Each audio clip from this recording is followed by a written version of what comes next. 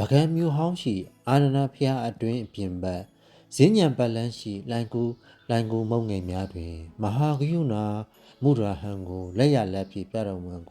ကိုစားတော်များကိုဥမြောက်တွေ့မြင်နိုင်မှာဖြစ်ပါတယ်ကျွန်တော်တို့ကိုရောက်ရှိနေတာကတော့ဒီအာနန္ဒဖျားကြီးပဲဖြစ်ပါတယ်ကျွန်တော်တို့ကိုရောက်ရှိနေတာကတော့ကျွန်တော်တို့အာနန္ဒဖျားကြီးရဲ့အနောက်ဘက်မော့ဖြစ်ပါတယ်ကျွန်တော်တို့အနောက်ဘက်မော့ကနေပြီးတော့ဝင်ရောက်ဖူးမြောက်မှာဖြစ်ပါတယ်ဟုတ်ကဲ့ပါ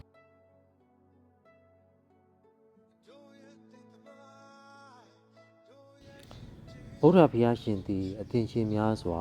ကဘာများစွာပတ်လုံးတရားများအပေါ်မဟာဂုဏတော်ကြီးမားသောသဖြင့်ပါရမီတော်များကိုဖြည့်ဆည်းခဲ့သည်မှာအမှန်ပဲဖြစ်ကြောင်းဤသစ္စာစကားကိုမဟာပထဝီမိကြီးကတတ်တည်ရ၌ဒီပါစေတည်းဟူသောအဋ္ဌံပြုတော်မူကံကိုရည်ညွှန်းဖော်ပြထားပြီးဖြစ်ပါတယ်ပါရမီပညာပါရမီခန္ဓမီပါရမီမေတ္တာပါရမီသစ္စာပါရမီကံများကိုလည်းဖော်ဆောင်ထားခြင်းဖြစ်ပါတယ်ရင်းကဲ့သို့သောကိုစားတော်ကိုကိုးကွယ်ခြင်းအဖြစ်အကူအညီဆောင်မသူများပေါ်များခြင်း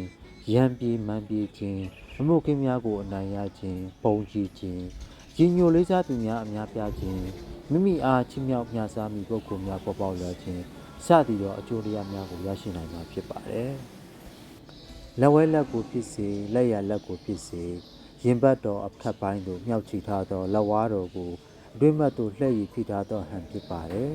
ဤကဲ့သို့ဟန်ကိုပူးမြော်ခြင်းအဖြစ်ရင်းကဲ့သို့သောကိုစားတော်ကိုကိုးကွယ်ခြင်းအဖြစ်ကိုကြီးဆောင်မသူများပေါ်ပေါက်ခြင်းရံပြေမှန်ပြေခြင်းအမှုခင်းများကိုအနိုင်ရခြင်းဖုံးကြည့်ခြင်းကြီးညိုလေးစားသူများများပြခြင်းမိမိအားချီးမြှောက်မြောက်စားမဲ့ပုဂ္ဂိုလ်များပေါ်ပေါက်လာခြင်းစသည်သောအကျိုးတရားများကိုရရှိနိုင်မှာဖြစ်ပါတယ်ခင်ဗျာ